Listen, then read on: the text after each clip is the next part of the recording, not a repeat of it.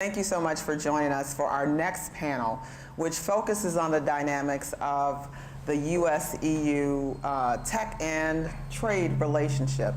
I would first be remiss if I didn't discuss, outside of Canada and Mexico, our strongest relationships when it comes to a foreign or for economic reasons is the European Union. And so they've always been a strong partner. And one thing that we do at the Consumer Technology Association is that we rate countries based on their openness to innovation. We started with U.S. states probably about 5 or 6 years ago. But then recognizing that technology is global, we thought it was important to rank countries based on their openness to innovation, based on a number of different factors. Whether it is their openness to new business models, their STEM workforce, the diversity of those countries, a number of different factors, access to clean air, a number of factors that we thought was a good indicator of where countries rate. And we also rated the European Union. And what we found with the EU is that we kind of rank countries and groups of countries as innovation champions, innovation leaders, and then modest innovators and innovation adopters. And so the EU actually ranks as one of our innovation leaders, and I thought it'd be important to kind of talk about what the EU is doing right. And while this conversation will focus on some of the frictions that come up in any relationship, overall, the U.S.-EU dynamics are positive and trend the way that builds towards a stronger relationship. And I have an amazing panel that's going to help me do this. But according to our CTA Innovation Scorecard, when we think about the EU, we recognize that member states, they score well in markers of resilience and freedom. They're open to short-term rental platforms. These operations are mostly legal and operate throughout the EU, and member states tend to dedicate a respectable percentage of their GDP to research and development, and overall member states have access to fast and affordable broadband. As we look at kind of what the EU could do better, we believe that they can adopt a more welcoming approach toward ride sharing, and make sure that they are on par with traditional kind of transportation networks such as taxis. But there are kind of new areas in which, as we look at kind of rating for our next scorecard, that will be determinative of kind of where the EU is. And I will say that the United States, we are not above rating ourselves, and so the U.S. Has had significant improvements, but we all as countries and trading blocs have opportunities to do better, and that the conversation is really about kind of that dynamic. And so I'm excited to welcome 3 wonderful panelists who are going to help us kind of talk about the friction within the U.S.-EU relationship, and with the idea toward how do we get towards greater solutions. And so again, I'm Tiffany Moore with the Consumer Technology Association, and I will start to my far right. I have Danielle Osler with Google. She serves as public policy at Google, and she leads global policy strategy for Android, communications products, developer outreach, and the Internet of Things. Next, we have Weston Dombrowski from Patreon. He serves on the Patreon legal team, and Patreon, which we will hear from Weston a little later about what the company is, but essentially allows artists, musicians, and writers to have a direct relationship with their biggest fans, get recurring revenue for their work, and create their own terms. And lastly, we have Tomas Bart with the delegation of the European Union to the United States. And Tomas heads up the head of the Trade and Agriculture section at the delegation of the European Union to the United States. So please join me in welcoming our panelists. So I think it's important now to set the stage. Tomas, why don't you tell us a little bit about your portfolio and your role kind of engaging with the U.S.? Yeah. Right. Thank you so much, Stephanie, for the invitation. It's great to be here. My day-to-day job is to fight a trade war, but I come in peace. Thank you. I'm here to spread the love, and I'm here to really to try and have a productive conversation about some of the things that we have in our relationship, which is, in fact, because you just mentioned Canada and Mexico, it is the #1 relationship out there in the world. 50% of GDP in the world comes from the transatlantic relationship. EU-US, we are each other's most important partners, of course, and there's no relationship like that. Now, in any relationships, I tend to think of a relationship in a sort of an 80-20 type of way. You agree on 80% of the issues, and we kind of take those things for granted. But there's a 20% out there, and those are the issues that we always disagree on, and there's reasons why we disagree on things, and we tend to push our buttons too quickly, or each other's buttons rather, too quickly. And I think that's a good way for looking at the transatlantic relationship. So let's not forget the 80%, even if we are probably going to speak about some of the issues in the 20%, and I appreciate your comments there also. So part of my job is to really rekindle the romance, because right now we're not considered to be a friend anymore. We're fighting, we're a foe, and really our message is that trade and the kind of relationship we have requires trust. We don't need threats. We don't respond well to threats. And we really want to work together to deal with some of the challenges that are out there. And those challenges, a lot of them relate to China. A lot of them have to do with what we tried to do at the time of our previous negotiations, which we called TTIP, the Transatlantic Trade and Investment Partnership. And it was about setting standards together for the rest of the world. And I think this is an important issue for what we're going to talk about here today. There's a lot of new issues, a lot of new developments, and we really should be talking to each other. We should really be agreeing with each other as we move forward, because we are moving forward, certainly from an EU perspective. Very appreciative of that you started by mentioning the chart, because I'm coming here to say whether the EU is too tough on tech, which kind of assumes the message that we are actually tough on tech at all. I don't think we are. There might be some tough love here and there. But fundamentally, we believe tech is good, and we try to be good for tech, of course. And I think that is very clear from the fact that 6 out of 10 of our member states are in your top 10 of your ranking, including the #1 and #3 positions, which are Estonia and Finland, respectively. But as usual in the European Union, our motto is we're united in diversity. So we're very diverse. Now, should maybe say one thing, though. I think Americans traditionally underestimate how united we are, just like Europeans often underestimate how diverse the United States is. And leaving Washington from time to time is a very good reminder of that, including here in the great state of Texas in Austin. So there's a certain diversity, and the first thing that we always do sort of at the EU level, the European Commission, is to try and manage that diversity and really to avoid fragmentation. So we try to set standards in a way to avoid that our member states set standards. And just to dive into one issue, and we can go into more detail, that of fair taxation or the digital services tax. We act at the European Union level because we feel there is a problem, there's a real issue out there. But it's also because we want to avoid that our member states act in a way that fragments markets and really creates obstacles. So our preference, of course, is, as it is for the digital services tax, to deal with these issues multilaterally or internationally, including through close cooperation with the United States. But when we see that is not possible, we act at the European Union level. And I think that's what we have done, what we are doing. We have basically extended our greatest product, which is our single market, to cover all digital issues. We have a digital single market today, and we've been building and working very hard on that for the last 4 or 5 years. This European Commission is coming to an end this year. And we really set standards in many areas, and I'm sure we'll talk about a lot of them, about copyright, about data protection, data privacy, about fair taxation, as already mentioned, and maybe also a little bit of AI. And so this is what we've been doing. We have been innovating ourselves in a way as regulators to really deal with some of the challenges that are out there. I have a background in financial services regulation before, and what was interesting at the time was people always thought of financial services liberalization as deregulation. The funny thing being that you actually need more regulation when you liberalize. To keep things free and open, you actually need legislation. There is no invisible hand. If you want to look at the World Trade Organization, the deals that we have done there, for example, these deals encompass tens and tens of thousands of pieces of paper, of documents, and that is to essentially secure the freedom to trade, the predictability of the rules-based trading system. And I think a lot of it really also applies to the tech sector. It's not about free and the invisible hand. It's really about having some of the guardrails that are necessary, and we believe they are necessary.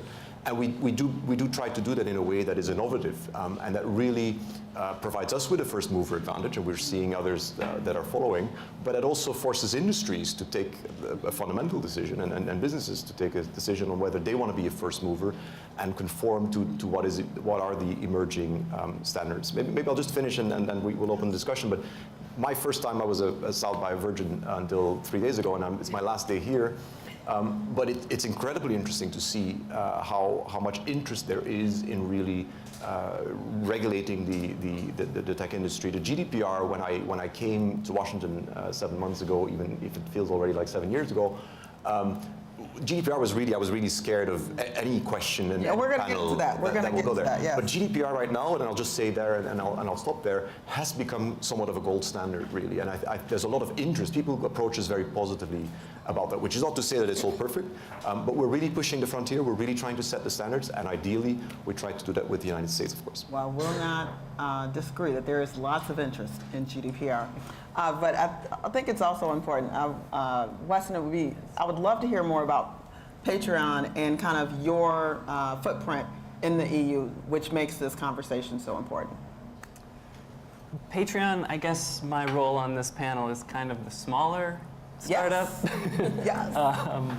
Patreon's been around for 5, going on 6 years now. We have, just to build on top of what's already been said, we're a platform that connects the creators to the audiences and tries to get kind of the middleman a little bit out of the way of that relationship. We have approximately 120,000 or so creators that are earning money on our platform. Roughly 1/5 of those are currently in the EU. So we kind of represent a company that's very much interested in looking to expand and grow into Europe. We have an office in Ireland. So we do have kind of that access point into Europe, and we're looking to kind of build out through that entryway. However, we don't have quite as many compliance officers as, say, maybe a Google might have. So we really have to tackle things like the GDPR from, okay, what is the top 10 to 15% most important, most likely to bring us any kind of fine or any kind of action from the ICO or from whoever might step in, and tackle those first. We do have an internal team that works on GDPR from an engineering perspective, but I guess internally we just refer to her as Allison. one woman engineering. So there's been a lot of back and forth between, and I think it's fair to say that things like the GDPR are not intended for a single engineer to implement. And so it's been a unique and interesting challenge to meet the gold standard of privacy, because we are on board with a lot of what the GDPR says. We're not a company that uses algorithms. We're not a company that uses advertising. We don't target advertising to our creators or our patrons or anybody that uses our platform. So a lot of the things that the GDPR is meant to tackle and meant to take on kind of like head on, we don't even utilize in our business practice. So it's taking what is already, from our perspective, a fairly straightforward privacy valuing company and trying to make it value privacy just that much more in order to make sure that we can stay in Europe for the long haul. Leave it there. Danielle, would love to hear, you're a small startup company. Scrappy startup. Scrappy startup. Well, I'll say it's great to be on a panel with all of you. I have the privilege of working in our Mountain View office as a public policy counsel and advisor, so I have a little bit of a different viewpoint. I spend a lot of time working with our product teams, particularly for our mobile platforms and ecosystems, and trying to convey to them what the world is thinking about the products that we make, and also be able to conversely make that message happen outside of the bubble of Silicon Valley, or perhaps what might be happening internally at Google. So when I think about the footprint of Google in Europe, of course, we're very large. We have several offices in Europe. We have thousands of employees, but I think more importantly, we have at least 7 or 8 products that reach over 1 billion people worldwide. And we have, in particular, in Europe, close to 1.5 million developers who are part of our app ecosystem, who develop for everything from Android to using TensorFlow to using a whole series of tools that Google provides. And they do this and they build their entire businesses as a part of that. They grow and develop, and it's really wonderful to see not only developers but creators on YouTube and other platforms that have really been able to flourish, we think, because of the tools and support that we can provide as Google. So it's critically important for us. I mean, Europe is an incredible market. There's such diversity of creators. There's such diversity of businesses that have been able to flourish. And we are a bit concerned. Certainly, Google has the capacity to comply with GDPR. We have invested quite heavily over the course of several years to make sure that we can comply with GDPR, and we see that it's sort of an evolution of what we've already wanted to put forth into the world with respect to privacy. So we've been saying since 2010 and earlier that we are very supportive of regulation for privacy, regulation that actually enforces choice, control, and transparency, that allows users to be able to take their data down. We've developed a tool called Takeout several years before GDPR went into effect that just allows you to actually see all the data that would be tied to your account. You can download it, you can look at it, you can say you want it to be deleted, you could take it to another platform, and we've really worked on these sorts of interoperability initiatives and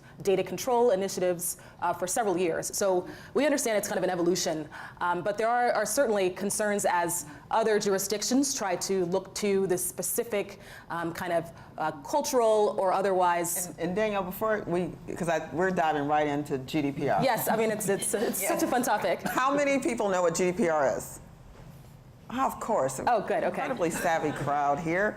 It's the General Data Protection Regulation, and obviously it's a regulation in EU law on data protection and privacy for all individuals within the EU and the European Economic Area. So I just wanted to make sure that we were all kind of on board, because we are going to dive right back into GDPR, and particularly how it's, and just to kind of give you a scope of between, like with the US, we have kind of 2 action forcing events that are happening that are like kind of encouraging a conversation about privacy in the US, and obviously it's GDPR in Europe, and it is the California privacy law. And so within that is how we're having a conversation in the US.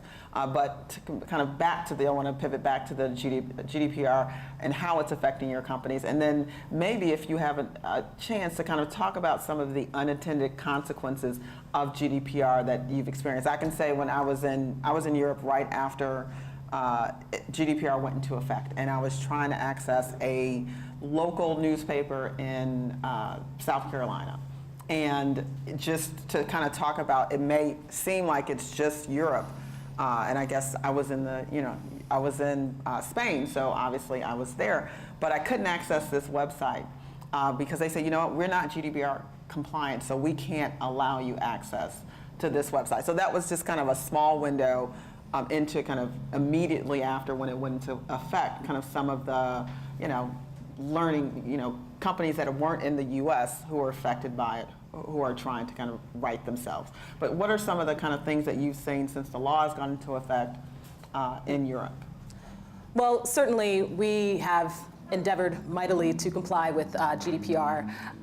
It went into effect in May of last year. I think the day it went into effect, there was a lawsuit filed against several companies. ours included, about GDPR compliance. And I think that really goes to show that no matter how much you invest in it, because there are things that have to be worked out, the details, it's going to continue to be a compliance cost into the future for businesses. Now, certainly, no tears are shed for Google. We work really hard. We have hundreds of privacy engineers that work to develop this. We stay in close contacts with data protection authorities in Europe, on all parts of the world, to make sure that what we're doing is compliant with GDPR and other data privacy laws, but we don't always get it right. So you've seen recently that we've received a fine from the French regulator regarding some of our privacy controls. And we find that unfortunate because we had spent a lot of time with both user studies about what makes sense and how users might be able to understand the privacy controls that we continuously evolve. We've had conversation with regulators and authorities about how to make it work, but it doesn't always come out the way that we'd like it to. So we continue to evolve on it. I think certainly it's got to be orders of magnitude more difficult for smaller companies that have to think about, people from around the world who might be in Europe temporarily and what the impact it might be on them, just like you were, or how we might be serving our products to a European person who might not even be sitting in Europe, for example. These are the kinds of things that we're consistently thinking about, and we really are trying to make our tools easily usable, understandable, and accessible to people around the world. And you don't want to have to fragment what it looks like to have privacy in the European Union versus to have privacy in India versus to have privacy in the United States. So as it evolves, we really hope that jurisdictions can take into account that we're just really at the beginning of GDPR being rolled out, and it still remains to be seen what works and what doesn't, and we shouldn't all rush to say that this is exactly what might work best in the US context or in another context. And Weston, what has been your experience so far? It's been an interesting one. The issue, to kind of take what you said, Danielle, and run with it, that it's difficult to find where users are coming from sometimes. We service the world, but a lot of that is through VPN access, or a lot of that is in countries that maybe if they told us outright that they were coming from that country, we would have to look into it and maybe block for sanctions and stuff. But we never quite know where the VPNs are coming from. We have individuals who are creators in the United States but have patrons worldwide. We would hate to chop their patronage in half because we can no longer have their page accessible in Europe. So the way that we've approached the problem is GDPR is for everybody. So we recognize data subject requests from an American, from wherever you are, we're going to recognize that request and give you all of the data subject rights under the GDPR. Now that did mean that, when I say that Allison is our main engineer, there were teams of people that were in meetings with her, and we were all discussing what exactly is subject to deletion, what exactly is subject to portability and things like that. It becomes an issue where you have to literally dive into your entire database, go line by line, field by field. And for a small company like us, that takes a lot of time. And so that was a good few weeks to months leading up to the GDPR, where we were just kind of halted from doing any other work at that time, which I guess a small price to pay for long-term privacy, but at the same time, it's not something that if these regulations continue to build on, and each time a case like a Google case comes out and we see a fine for something, we have to go back and reevaluate. Was that in the top 10 to 15% of the highest priority implementation stuff to get done on GDPR, or are we going to have to kind of start from scratch, re-employ yet another third-party consulting firm to kind of take a look at how to approach this whole GDPR compliance monster.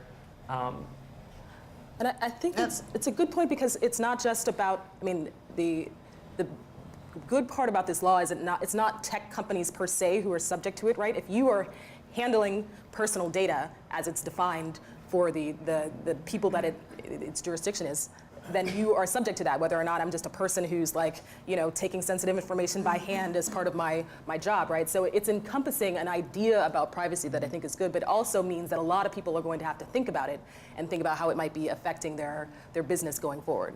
And Tomas, obviously, GDPR was done in response to, what European citizens in your member countries, it was responding to something. And Americans' view of privacy is very different than a European view of privacy, which is always important to kind of remember in this conversation. So if you could speak to, briefly how we got to GDPR, and as you all have been implementing some of the lessons you all may have learned, and kind of, as you hear from companies, not just tech companies, kind of what those next steps are or engagement. Okay. Well, first of all, I would like to say that it's really interesting to listen to everyone and all the stories, including about Alison and others whose day job it is to deal with a European piece of legislation. But we have quite a history coming to this particular point, and of course we still are working very hard in implementing this piece of legislation. But we really come from a directive, and there's two pieces of legislation in Europe that you need to be aware of. One is a directive, and the other is a regulation. And so GDPR evolved from what we used to have as a directive and moved into a regulation to really ensure that we have a more consistent application of what is, in our view, a fundamental human right, the protection of data. And a directive leaves to member states flexibility to implement that principle into their own national jurisdiction, and so there was a more sort of diverse patchwork of legislations across member states, and so we've moved to a regulation precisely to be able to remedy some of those questions and to be able to have a much more consistent and a non-fragmented framework. Now, the challenge, of course, still is that we do have consistent application, that we do work with regulators and also at the European Union level to make sure that things are implemented consistently. And of course, we are very sensitive to the point that was also made that this could be a higher burden on smaller companies and on smaller tech companies in particular compared to some of the larger companies. And so we very much take all of that into account. It's too early to really say what we are learning from that in terms of adjustments for this legislation, but I do want to sort of stress that we are closely monitoring the situation on the application of the GDPR. Excellent. And then, we talked a little bit of kind of some of the cases that have been thought through. And in the U.S., we're considering, again, what our privacy regime looks like in a kind of broader conversation on privacy legislation. And, so the conversation here is, should the FTC have more authority? Should, what are their enforcement capabilities? So as you look at kind of the EU's approach to enforcement and how it differs from ours, what are the differing dynamics?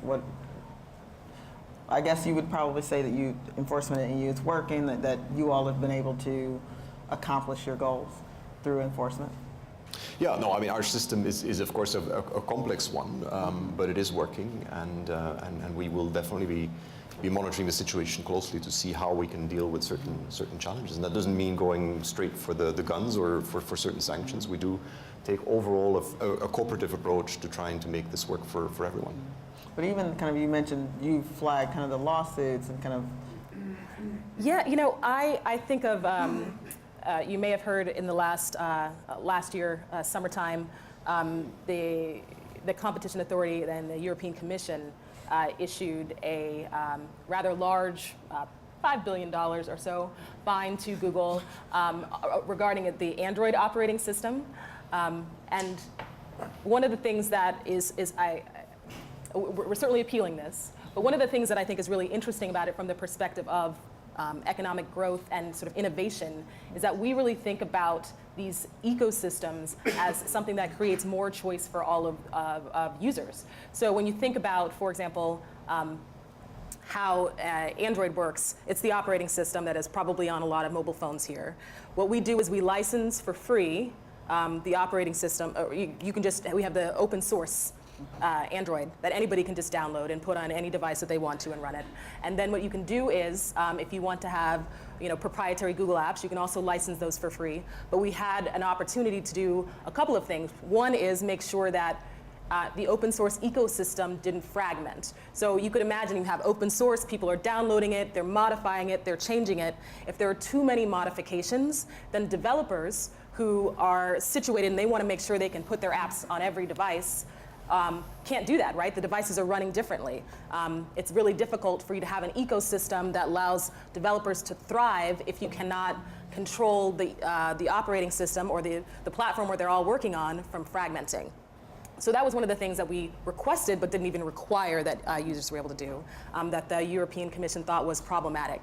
Now, that really limits the kinds of business models and the kinds of ways that you can interact with businesses and ecosystems. And I often heard from developers who were saying, this makes it actually really difficult for us to develop in a way that's not prohibitively expensive. Developers in the European Union, and also device makers in the European Union who say, oh, instead of having to spend the money to develop an operating system myself, I can take this one off the shelf and I know it's going to work on several devices, and there is an open source system that allows there to be security built in, that allows there to be fundamentals, right? So there was that point, and there's also the more fundamental point that in order to come to this conclusion, there had to be the idea that iPhones don't compete with Android devices, which is, I think, a pretty big leap in the mind of most people. And in fact, some of the data that the European Commission actually commissioned themselves, 89% of people think that those are in competition, right? Mm-hmm. So the idea about like how ecosystems work, the kinds of choice that is created, and that's what we think from a consumer point of view is important. I think that's how the US kind of competition law and the FTC and other authorities who are thinking about this might conceive of it, right? Like you definitely have more choice if you think about, I'm old enough to remember back in like 2004 and around those times when there were cell phones that were just feature phones and all you had was like the apps that came with that phone, and even though it had pretty good processing power, like maybe you'd use it as a calculator and that's it.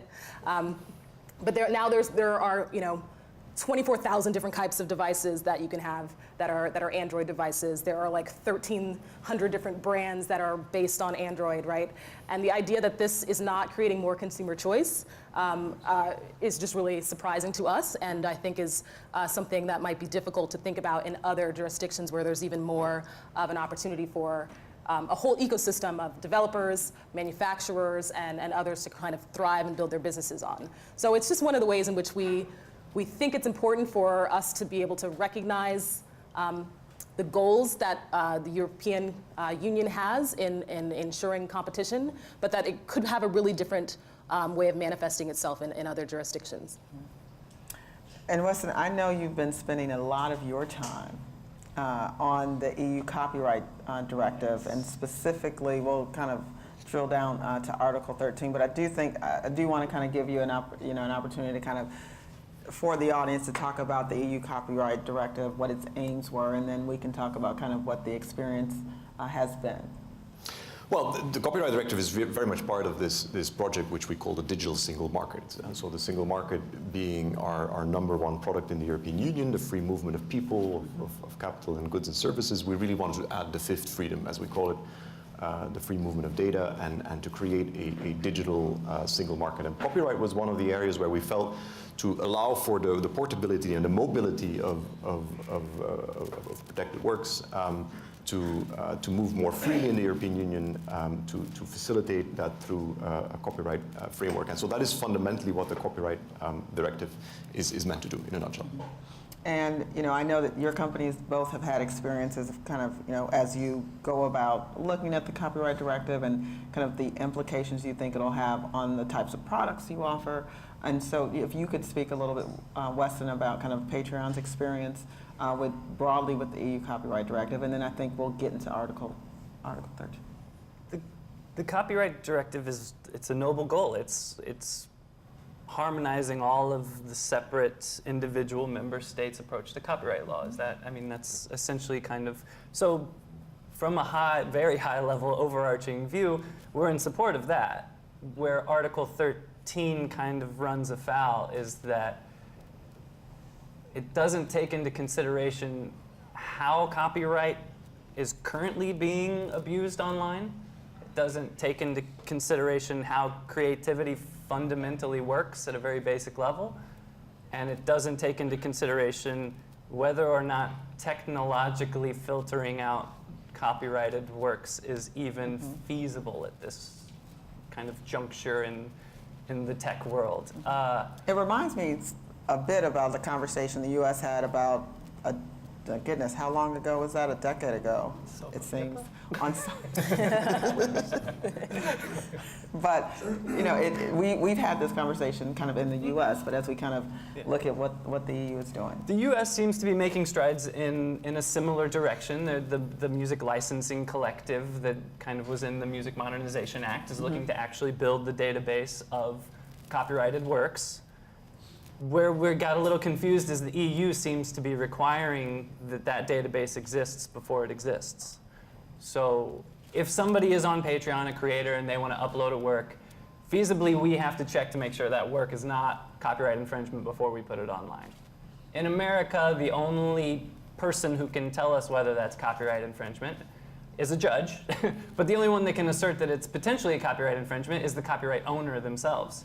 And so this requires us to get licenses from all copyright owners and samples of their works feasibly, and negotiate for licensing so that if we do receive any copyrighted materials, we would have to check it against this database of copyrighted works that, again, doesn't yet exist, to make sure that it's not infringing on any of those works before we then allow it up onto ours. Otherwise, Patreon itself would face the liability. That's my understanding of the law. That's how we've been approaching it. We sent myself and some others. We actually went to Brussels to talk to some MEPs about this.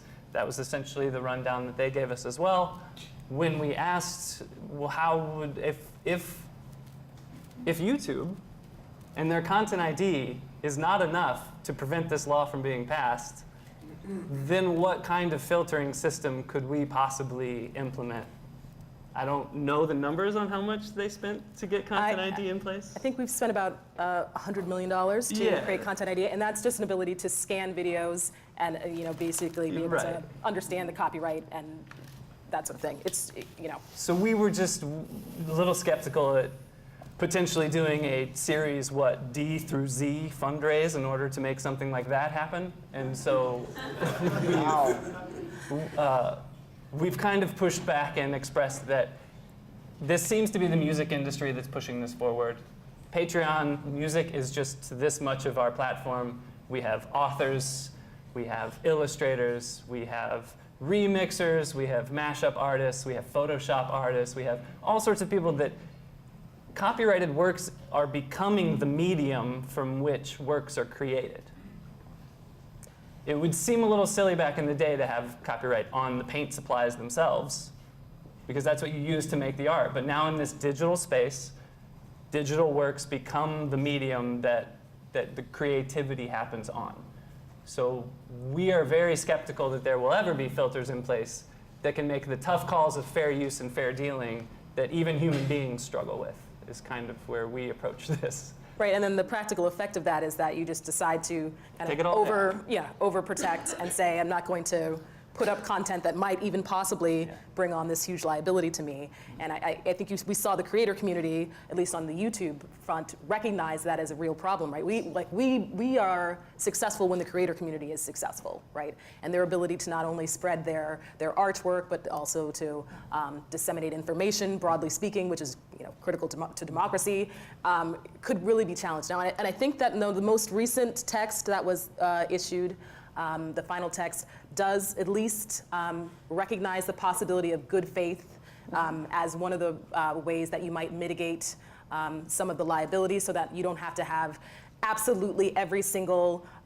copyright, especially when you don't know, even the rights holders don't know exactly who the person is who holds that right, and so that you can kind of clear up that issue. So that's somewhat helpful, but I think the specifics about how you might implement that, like what does a rights holder have to give to a platform in order to be able to say that you've checked the box and you've been able to done the work, is still not quite worked out. So I think we're just very concerned about how that might affect the creative communities that we work with. It seems to ignore the fact that with the internet, like everybody in this room is a copyright holder.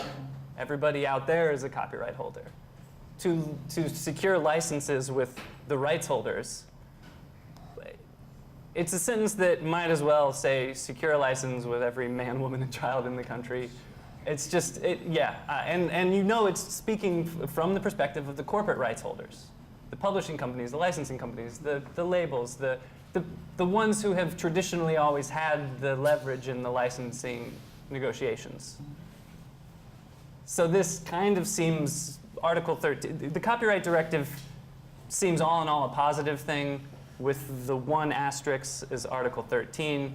I mean, there's also Article 11 and Article 3 that are a bit troublesome from people's perspectives, but those two have not given us near the pause that Article 13 has. And Tomas, I think it's encouraging that, kind of the advice and counsel that you're giving the EU, some of it is being taken into consideration with the latest draft. But Tomas, I would definitely want to kind of give you an opportunity if you wanted to chat a little bit about it, but I do want to make sure we cover two more topics, which is the digital tax and the US-EU trade relationship. So I just want to...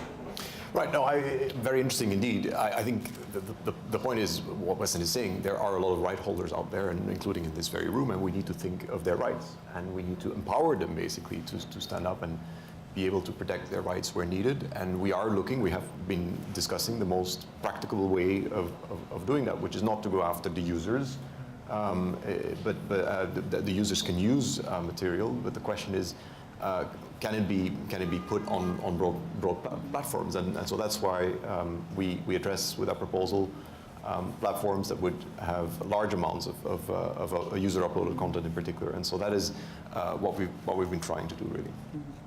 Well, the two other topics I want to make sure we kind of cover, tax and tariffs. And, I think on the kind of EU digital tax side, there may have been some kind of recent changes that I think can be that are good news. And just for everyone's understanding, the EU was considering a digital tax, which basically would have levied a tax on revenues of tech companies like Google and Facebook, and again, mostly kind of U.S. companies. I'm still trying to understand if that would have affected EU companies, but it has been kind of encouraging that I think just today finance ministers have said, okay, we might need to kind of think about this more and kind of not going forward with the proposal. But kind of to your point, it's still around kind of this digital single market, and so everything that's kind of coming out of Europe is based on kind of implementing that. Yeah. No, I think you call it encouraging. I'm not sure it is encouraging, because I really want to go back to the fundamental objective here. We are trying to avoid market fragmentation. So we're trying to avoid that 28 member states will act individually, and many of them are doing And it's that, no different, I guess, than what Spain. we try to do in the U.S. with states, right? So, for example, and so our proposal was really pitched in a way to say, well, we give preference to multilateral work, and our measure from the European Union level was an interim measure, so it would exist, it would be in place until a multilateral or international agreed measure, and we're discussing this in the OECD, would be in place. And so what we see now is that for the lack of a consensus, because we need unanimity on this issue of taxation in our decision making between the member states, for the lack of a consensus, we are not moving forward at European Union level, which I appreciate some will find encouraging. But what we're seeing, on the other hand, is that individual member states are moving ahead, and they're doing that with very different measures. If you look at Spain, the UK, discussion in Italy, France, and a little bit in Germany too. And so I think that is really the fundamental thing. In the very beginning, when we spoke about footprint, it was all interesting to hear about the footprint and the great things that Google brings to Europe, but we didn't speak about the tax footprint. And I think this is what this proposal is all about. It is about fair taxation. Our studies have been very clear that digital companies have been taxed much less than other companies. And so that footprint needs to match the other footprint. And so that is what we're really trying to do in a very balanced manner. And I think European companies are going to be hit even more than US companies. In Washington, we always hear questions about whether or not this is a discriminatory measure. It is not a discriminatory measure. Of course, there's a lot of big US tech companies more than European ones. But those that have a big European footprint will be the first ones that will actually experience the effect of a digital tax. So there's a real issue out there. There's real politics. I don't want to claim that we always get it right, but we do get the point. There is a point to be made there for dealing with the question of fair taxation in the digital context. excellent. I didn't know if you all had a... I think we also don't want to see there being fragmentation in the way that taxation happens. I think that's why an OECD process or a multilateral process makes a lot of sense as a way to approach resolving the issue.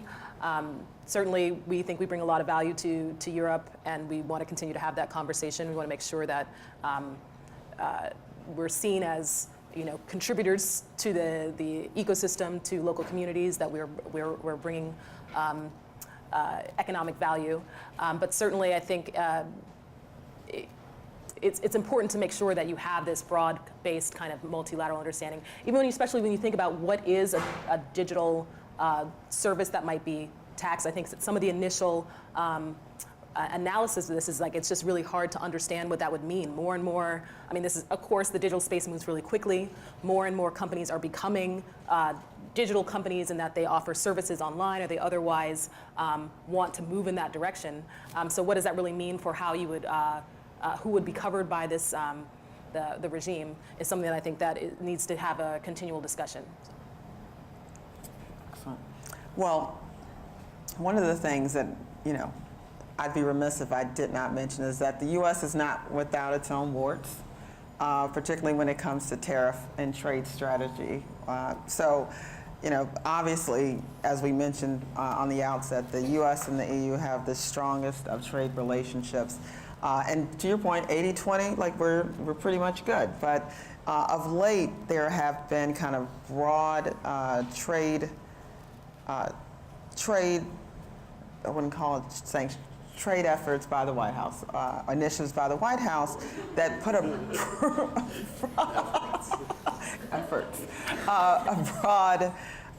broad brush, yes, if we weren't clear, but that treat all countries or trading blocs the same, particularly using national security as a mechanism. And I'm speaking in this instance of Section 232 tariffs. Broadly, we have them on steel and aluminum, and you think, what does the Tech Trade Association care about those? It talks about a trend, and now it's possible on autos. And we're trying to kind of correct that. But particularly when it comes to national security, the EU is one of our strongest allies, again, economically, from a foreign policy perspective. So I would love to kind of get your view. I know that is really your wheelhouse, but obviously it's something we're working on tirelessly in the U.S. to kind of right that kind of trade relationship. Well, I think your stickers are really great, and I already stole half of them, I think, but I'll be taking them with me to Washington. Tariffs really don't work. We spoke a lot about data protection and other things, and it is protection that we're trying to do. It's not protectionism. Our line is that protectionism does not protect. The U.S. is shooting itself in the foot, really. I'm not speaking politically even, but also economically, by imposing these tariffs on steel and I still say aluminium, being European. So that is really a fundamental problem. The number one sort of industry that is opposing these tariffs is the U.S. auto industry, the users. So you're really hurting your users, and this is not money for the U.S. tax coffers, as the president tweets. This is really a tax on industry, and so a worrying trend, very worrying indeed. And we're trying to remove those tariffs, of course. We are a friend, not a foe, and we are engaged in discussions to go down to zero. Also on cars, we're very happy to go down to 0% tariffs on cars as part of a negotiated agreement, of course, because there's a lot of tariffs also still on the U.S. side. There's a lot of trade restrictions on the U.S. side. I was this morning in a panel discussion on the Jones Act, which is a law that prevents shipping companies to actually buy European or other ships and to use them between U.S. ports. So there's a lot of things part of the 20% that we need to look at. But the real issue there is that we need to do what is doable now. So let's start dreaming. We will not solve all problems in one day. The issues are there for a reason, and they're there for a while. And so we really need to find a new momentum, a new way of talking to each other, and to get our relationship back on a more productive track. And that's what we're doing.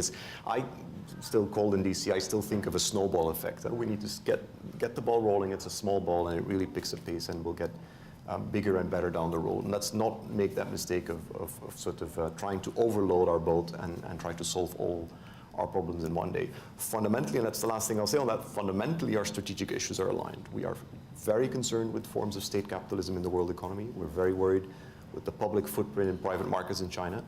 We're very worried also with the system, because I know business can deal with a lot of things. They can deal with very complex pieces of legislation.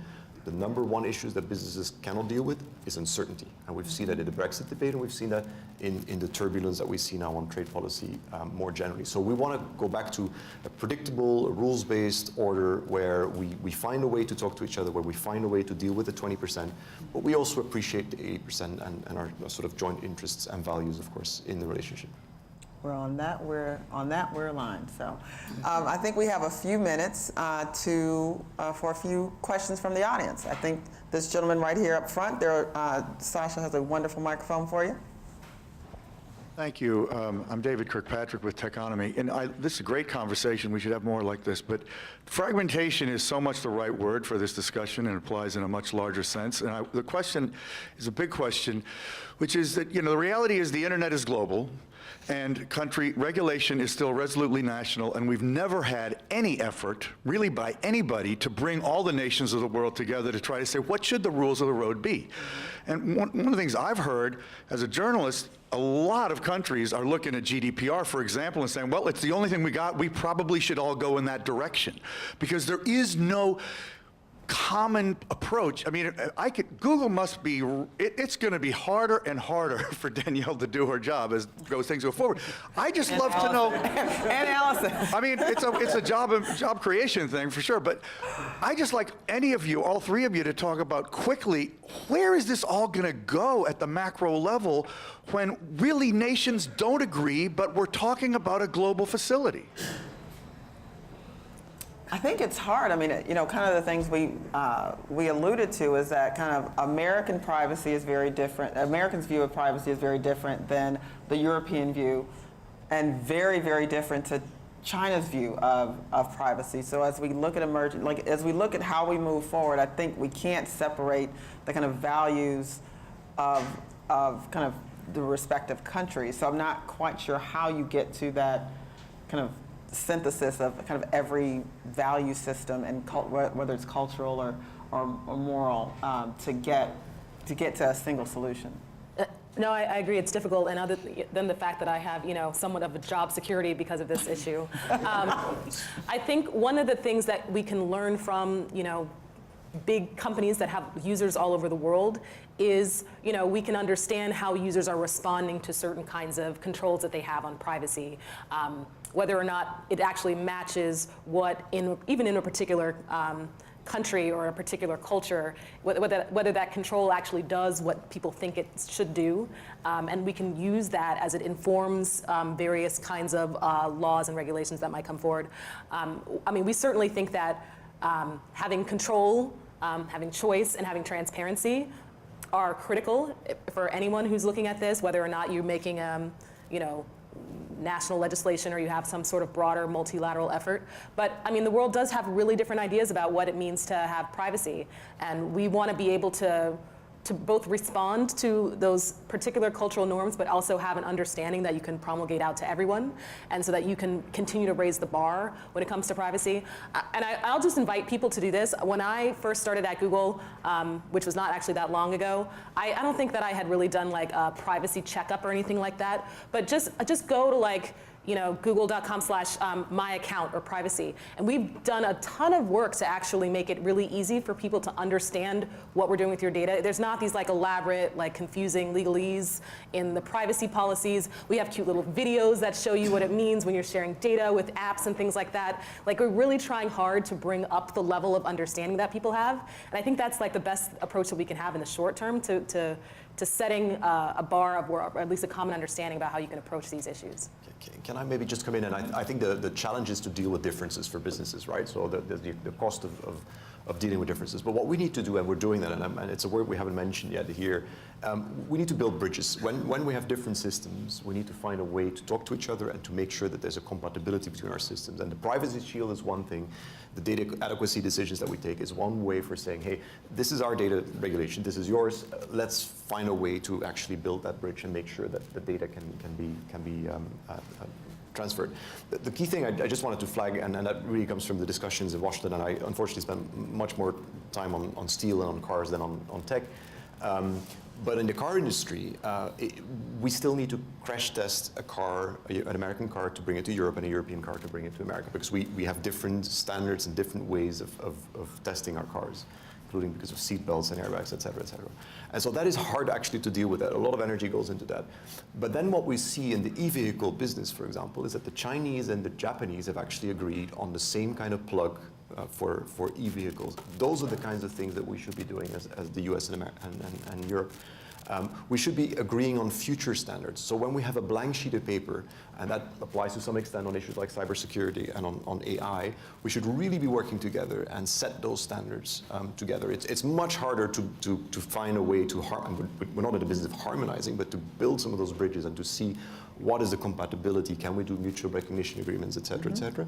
But looking forward, I think that's where we really should start and focus on first. Let's, with the differences that we have, we come from Venus, you come from Mars, but let's at least find a way to talk to each other and to forward-looking to agree on certain common standards that ultimately Chinese and others, and I'll be explicit about it, will also have to accept rather than we accepting the Chinese standards. I like that. One last question. Gentleman in the striped shirt. Thank you. Maybe first a comment and then a question. I work for an Israeli company. I'm based in Germany. I'm Swiss, and I do 80% of my business with G50 companies in the US. And we have all embraced GDPR because it filled a vacuum abroad our customers, and it is the best thing we have for now, and it is accepted within our company and within our customers. So that's the first statement. My question comes to the title of today's session. It's mentioned companies have pulled back from Europe because of the deregulations. Do you have any examples of those? The only ones I can think of are maybe 23andMe because of the genetics, but have companies really pulled out of the European market because of those terrible restrictions we seem to have? I can't say that I've seen that specifically, but I think the risk is about what you don't see, like what innovation does not happen, what companies decide not to invest. You can't really see that, but certainly in the longer term, I think it will be potentially really difficult for a company that's at a critical stage of development to decide my next approach is going to be Europe. They might say my next approach is Indonesia. They've got a whole big user base, or India, where there's billions of people who have access to cell phones and things like that, right? So I think that it will really come to what you don't see and what we can't fully quantify, rather than like specific companies pulling back. But that's just what I've been able to see. And I will say overall, as we look at our International Innovation Scorecard, another thing that we look at is how many unicorns are countries producing. And to Danielle's point, how many won't we see? There are lots of factors, obviously, and we're very proud in the United States of our ability to create great tech companies, but to kind of speak to it, they're usually by incredible immigrant entrepreneurs have come to the U.S. and found that the U.S. was the place where they wanted to build their companies. And so I think as we look at our scorecard, that'll be an interesting question over the next kind of iterations of our scorecard, whether the EU is able to produce as many kind of tech unicorns based on kind of these new measures. And with that, I think we have to shut it down for the next panel. So please join me in thanking our wonderful panelists.